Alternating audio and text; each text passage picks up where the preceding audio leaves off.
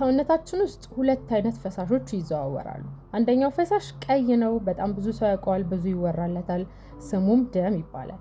ሁለተኛው ፈሳሽ ግን ነጭ ነው፣ ብዙ ሰው ያውቀውም፣ ብዙም አይወራለትም፣ ነገር ግን ጤናማ ሆነን ለመኖራችን እጅግ በጣም ትልቁን ሚና የሚጫወት ነው። ስሙም ሊምፍ ይባላል። ሰላም እባላለሁ፣ አናቶሚስት ነኝ። የሰውነታችሁን አወቃቀርና አሰራር በማወቅ ጤናችሁን መጠበቅ የሚያስችሉ ቪዲዮዎችን ይዤላችሁ የምመጣው። ደማችን ጠቃሚ ነገሮችን፣ ምግብን፣ ኦክሲጅንን፣ ሆርሞኖችን የመሳሰሉትን ወደ ተለያየ የሰውነት ክፍል ያደርሳል። ሊምፍ ደግሞ መርዛማ ነገሮችን፣ ኤክሰስ ፍሉዶችን፣ ፈሳሾችን፣ አላስፈላጊ ነገሮችን ከሰውነታችን ያስወግዳል ማለት።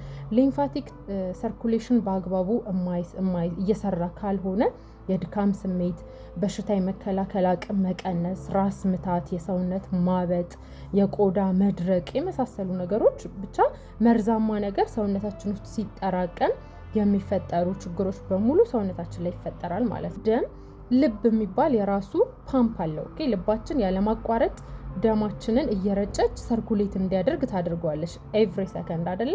ሊምፍ ግን እንደዛ ፓምፕ የሚያደርገው የለም። ብቸኛው ሊምፋቲክ ሰርኩሌሽን እንዲኖር የሚያደርገው ብቸኛው ነገር ምንድነው? የሊምፍ ዝውውር እንዲኖር የሚያደርገው እንቅስቃሴ ነው። በቻልነው መጠን መንቀሳቀስ አለብን ማለት ነው።